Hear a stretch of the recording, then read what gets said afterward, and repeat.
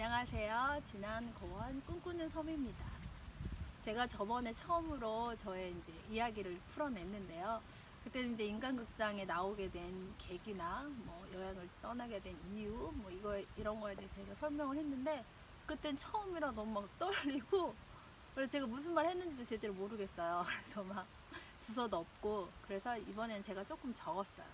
그래서 이번엔 제가 하고 싶은 이야기를 조금 더 많이 하지 않을까 싶어요. 그때 이제 2008년도에 많은 이슈를 뿌리고 저희가 이제 버스 캠핑카를 타고 이제 여행을 떠났는데 그때 사람들이 되게 왜 굳이 왜 모든 걸 다 버리고 정리를 하고 왜 버스 캠핑카여야지만 됐느냐 그냥 뭐 한두 달 여행을 해도 되는데 왜 그렇게 여행을 하게 됐냐 이제 그거는 이제 어떻게 그리고 아내가 동의를 했냐 남편 혼자 독단적으로 한 거 아니냐 이런 이야기들이 많았어요. 하지만 독단적인 건 아니고요. 6개월간의 설득 과정이 있었죠, 저희 남편이. 그래서 이제 이게 처음에 뭐 밑밥을 던져요. 이제 그때는 한옥 목수니까 집 주변에서 저희 집 주변에서 일이 들어오기도 하지만 좀 막 멀리 또 가기도 막 하거든요. 그럼 그때 제가 이제 새 아이를 계속 독박 육아를 해야 되니까 그때 정수가 2007년도 9월에 태어나서 막 이제 떡이기였거든요. 근데 제가 이제 3명을 다 케어를 해야 되니까 남편 없이 좀 힘들잖아요. 그래서 이제 물어봐요. 당신 내가 목수하니까 힘들지? 우리 다 같이 지내보는 걸로 생각을 해보자 그래. 그래 좋아. 애들도 자꾸 자기 찾고 너무 힘들다 이렇게 얘기를 하는 거예요. 그러면 근데 목수인데 어떻게 같이 지내? 자기는 일하러 저기 멀리도 가고 이래야 되는데 아니야 생각 다 방법이 있을 거야 걱정하지 마 막 이래요. 그럼 알겠어 생각 한번 해봐 막 이렇게 저는 하고 그냥 넘어갔죠. 그리고 또 두 번째는 지금보다 더 재미있고 스펙터클하다고 생활이. 나 지금도 좋은데 아니야 지금보다 더 재밌는 일이 많이 벌어질 거라고 막 저를 막 이렇게 자꾸 꼬셔요. 그래? 뭐 길수 씨랑 결혼해서 되게 재밌는 일이 많았었는데 더 재밌는 일이 있단 말이야? 제가 자꾸 마음이 조금씩 가는 거죠. 이게 설득을 당하는 거죠. 그리고 세 번째는 그리고 우리 아이들에게 저희가 이제 둘 다 학교에 이제 교사 생활을 했기 때문에 학교에 대한 단점을 누구보다도 잘 알고 있죠. 그래서 그거를 이제 아이들에게 그거를 이렇게 조금 경험해주고 싶지는 않았어요. 저는 이제 학교를 아이들한테 학교는 보내지 말자 이런 주의는 아니었는데 저희 남편은 아이들 학교 안 보내도 된다. 애들이 가기 싫다고 하면 안 보내고 우리랑 같이 그냥 지내면 되지 이랬는데 저는 그런 생각은 그때까지는 없었어요. 인간은 어차피 사회적 동물이고 사회적 관계를 맺어야 하기 때문에 저 아이들은 이제 학교를 통해서 학교에 대한 단점도 있지만 장점을 살려서 이제 그런 친구들 또래 관계나 이런 걸 잘 유지를 시켜야 된다고 생각을 했기 때문에 그런 생각은 없었는데 그러면 학교 들어가기 전에 우리가 이제 이런 뭐 여행을 통해서 아이들에게 다양한 삶을 보여주자. 다양한 책으로 아무리 100번 읽어도 한 번 경험한 것보다 그거 빗댈 수가 없으니까 그렇게 하자고 그러는 거예요. 저도 좀 그런 생각을 가지고 있었기 때문에 우리 아이들을 위해서 떠나야 되나? 점점 마음이 기우는 거죠. 그리고 이제 또 마지막으로 힘들면 그만두면 되지. 뭐 잠깐 떠났다가 뭐 힘들면 그만두면 되지. 또 그러는 거예요. 그래 알았어. 뭐 힘들면 뭐 아이들이 힘들다고 그러고 내가 힘들다고 그러면 그만두지. 내가 그걸 어떻게 힘들다고 하는데 계속 하겠어. 뭐 그러는 거예요. 알겠어. 그리고 이제 남편이 계속 이제 버스를 사가지고 와서 막 꿈에 부풀어서 이거를 어떻게 나무로 꾸미면 어떻게 하면 좋을 거다 계속 막 얘기를 해요. 남편이 그런 즐거워하는 모습도 되게 보기도 좋았고 남편의 소원인 것 같더라고. 정말 절대적인 소원인 것 같아서 그럼 들어주자. 뭐 아는데 뭐 그까짓 거 못하랴 들어주자 해가지고 제가 이제 설득을 당해가지고 이제 떠나게 됐는데 이제 거기에 맞물려서 인간극장 팀이 오게 되고 이래서 완전히 이제 운명처럼 절대 이제 벗어날 수 없는 그런 운명이 돼버린 거죠. 그래서 이제 버스를 타고 여행을 시작하게 되었어요.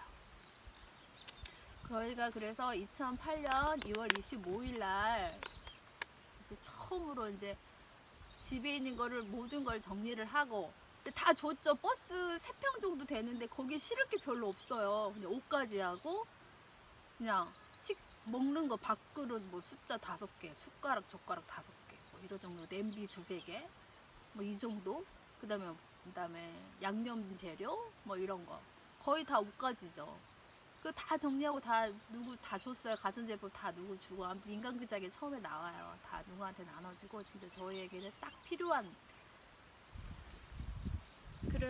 그런데 이제 그땐 2월달에 처음 떠났지만 저희가 쭉 인간극장을 찍고 나서 거의 그 2008년도 1년은 계속 쭉 전국 일주를 했어요. 근데 이제 11월달이 되고 11월달 되니까 이제 버스에서는 잠을 잘 수는 없겠더라고요. 그래서 겨울에는 잠시 쉬자.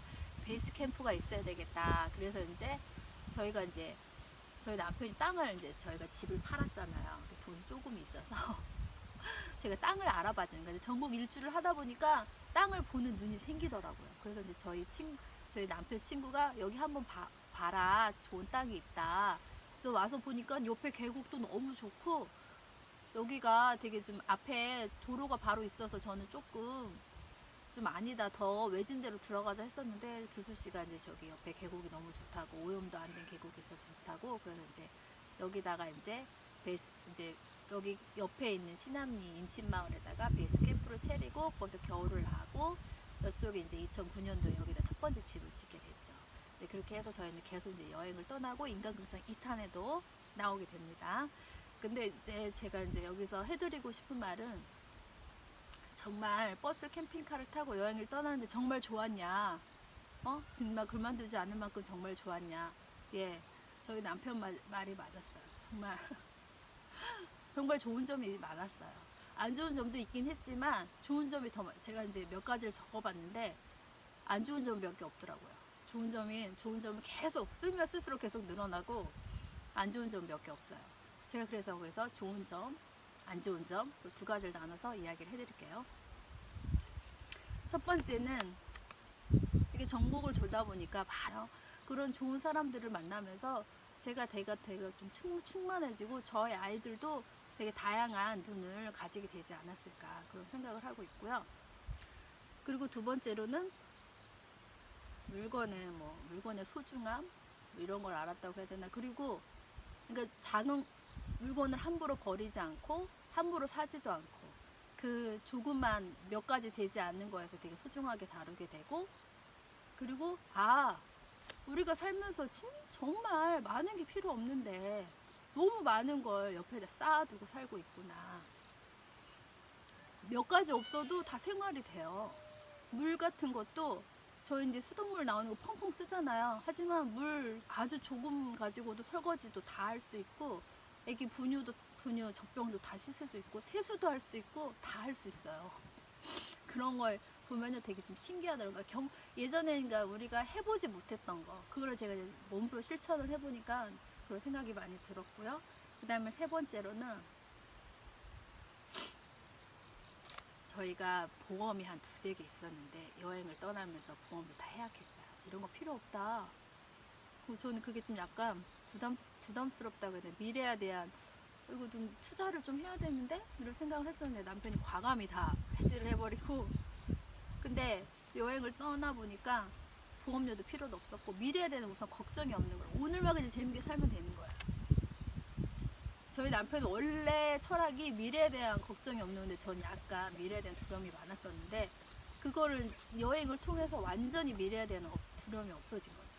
예, 그거 아주 큰 성과라고 생각을 합니다. 그리고 네 번째는 항상 이제 좋은 거를 돌아다니니까 이제 외진 곳이나 계곡이나 깊은 산속, 바닷가 막 이런 데로 돌아다녔거든요. 저희 이제 관광지로 돌아다니는 게 아니라 그 관광지를 거쳐서 외지로 들어갔죠.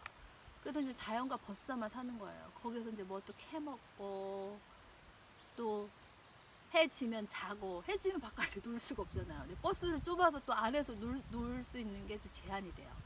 그래서 밖에서 이제 해가 뜨면 일어나고 밖에서 신나게 놀다가 또 해지면 자고 이런 게 아이들한테도 좋고 저희한테도 건강을 가져올 뿐만 아니라 정신적으로도 되게 맑은 정신을 가질 수 있게 해주고 건강하게 해주더라고요. 알아서 저절로 저희가 스스로 어떻게 건강해야 되겠다 이렇게 노력을 하는 게 아니라 그렇게 그냥 살다 보니까 저절로 건강이 되찾아지더라고요.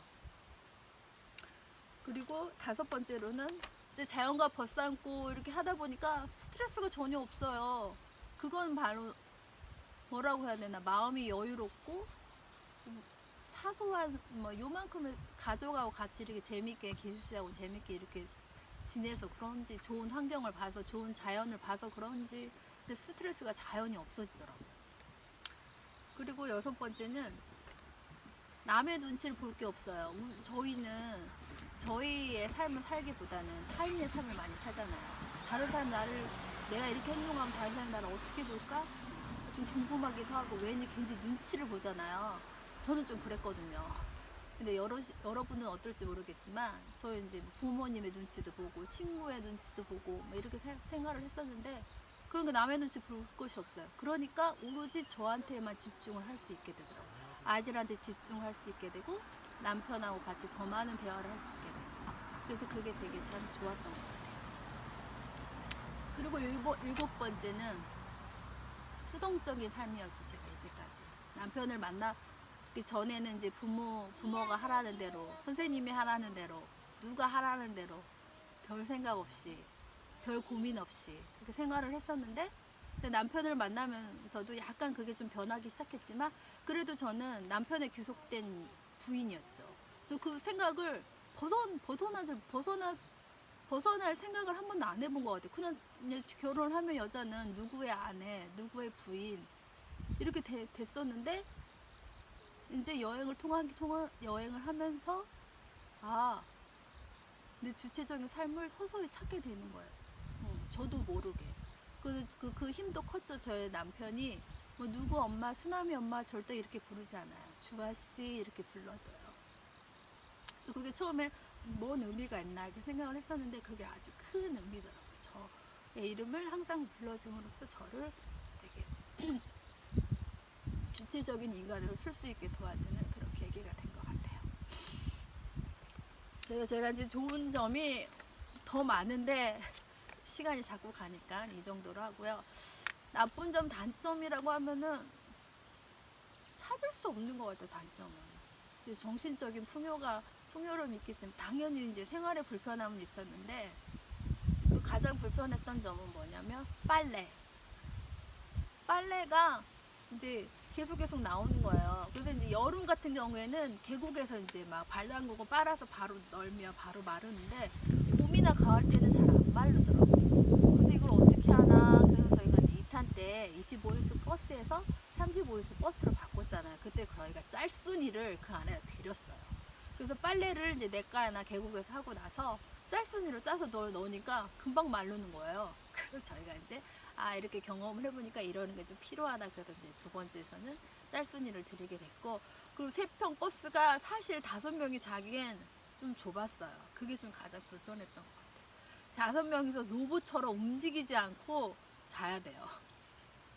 그래서 조금만 진짜 10cm만 넓었으면 얼마나 좋을까 뭐 이런 생각을 많이 하고 지냈었는데, 그래서 이제 2탄 때는 조금 큰 버스를 바꿔서 완전 호텔이었죠. 호텔로 바꿔서 지나게 되었답니다.